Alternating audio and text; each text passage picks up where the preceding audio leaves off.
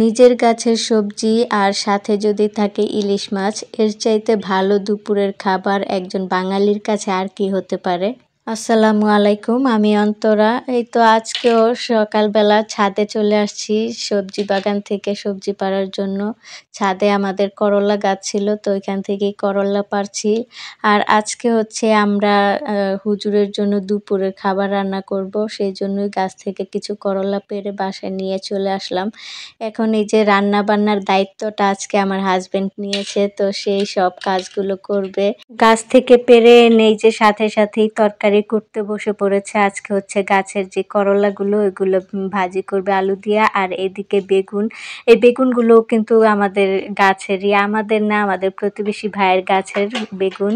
তো বেগুন দিয়ে আজকে ইলিশ মাছ রান্না করা হবে। আর ইলিশ মাছের নাম শুনলেই তো একটা আবেগ কাজ করে, যেহেতু আমাদের বাঙালিদের জাতীয় মাছ ইলিশ। যাই হোক, আজকে কিন্তু দুপুরের খাবারে আমাদের আজকে গাছের সবজি দিয়েই সব রান্না বান্না শেষ করবে। এই যে দেখতেই পাচ্ছেন, ইলিশ মাছ দিয়ে আজকে বেগুন রান্না করবে আর হচ্ছে করলার ভাজি করবে। তো গাছের সবজি সাথে যদি ইলিশ মাছ থাকে দুপুরের খাবারে, এর চাইতে ভালো খাবার কিন্তু আমার কাছে আর কিছু মনে হয় না।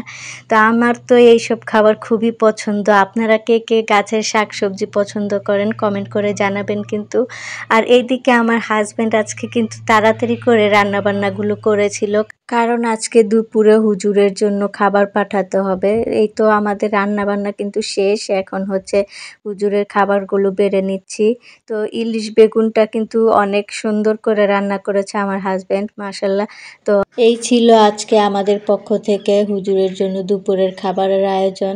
আজকের ভিডিওটি যদি আপনাদের ভালো লেগে থাকে তাহলে প্লিজ লাইক কমেন্ট শেয়ার করবেন।